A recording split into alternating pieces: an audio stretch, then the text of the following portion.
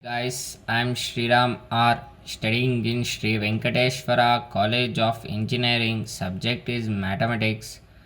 Topic as per the mathematics is chi square distributions, a test of goodness of a fit.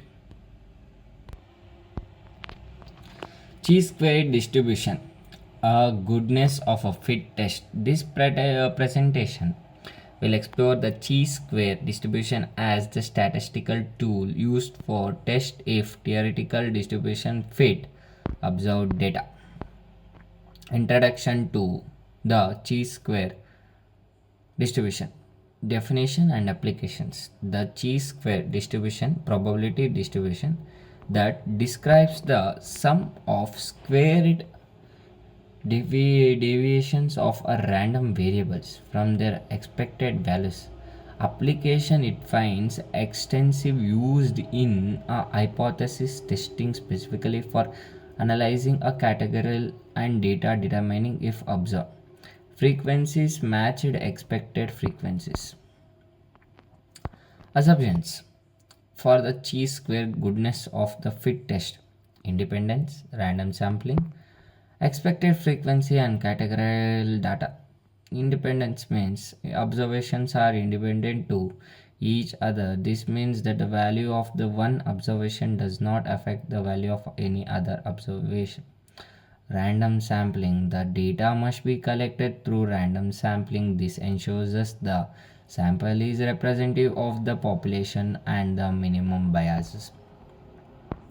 Expected frequency: each category should have an expected frequency of at least. This ensures the distribution of the chi square statistic and approximately normal.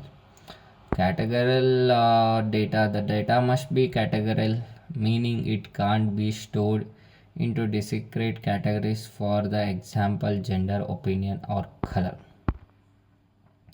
Calculating the chi square test statistics: when OI represent the observed frequency in each category and EI represents the expected frequency in each category, the sum of the square divisions and the deviations is divided by the expected frequency to get the chi square statistic. Degrees of the freedom and the chi square distribution. The degrees of the freedom are: degrees of the freedom are the chi square goodness of the fit test is the number of the categories minus the distribution shift. As degrees of the freedom increase, the chi square distribution shifts to the right, meaning to the peak moves to the higher value. Critical value for the chi square test is determined and based on the degree of the freedom and the desired significance level.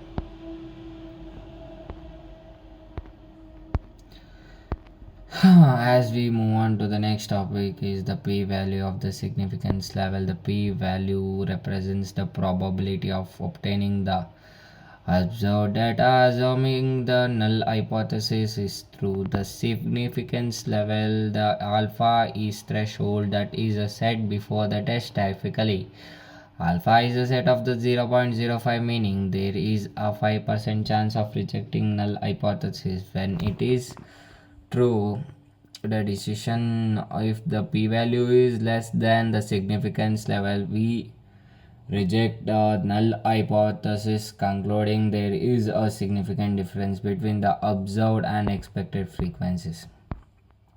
Null and alternative hypothesis. Null hypothesis is assumes that there is no difference between observed frequencies and the expected frequency. It states that the theoretical distribution fits the observed data. Alternative hypothesis. The alternative hypothesis states that there is a significant difference between the observed frequencies and the expected frequencies. It suggests that the theoretical distribution does not fit for the observed data.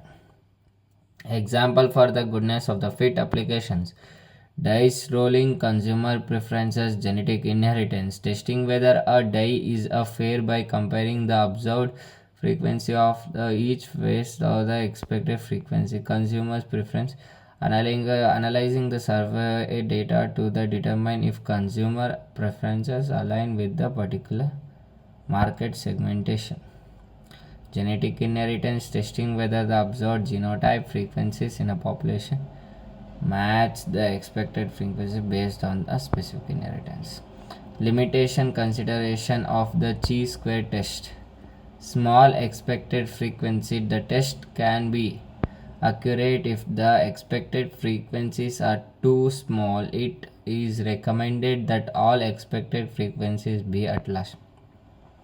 Data dependency. The test relies on the assumptions of the independent data.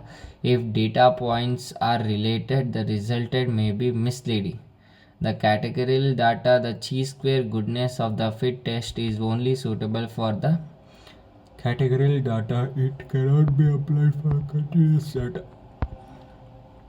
Conclusion and key takeaways. Chi-square goodness of the fit test provides a powerful method for examining the whether observed data aligns with the theoretical distribution. It is crucial to understand its assumptions and limitations and select the appropriate applications by carefully interpreting the result and the considering context of the study. Researchers can draw valuable insights from the chi-square test.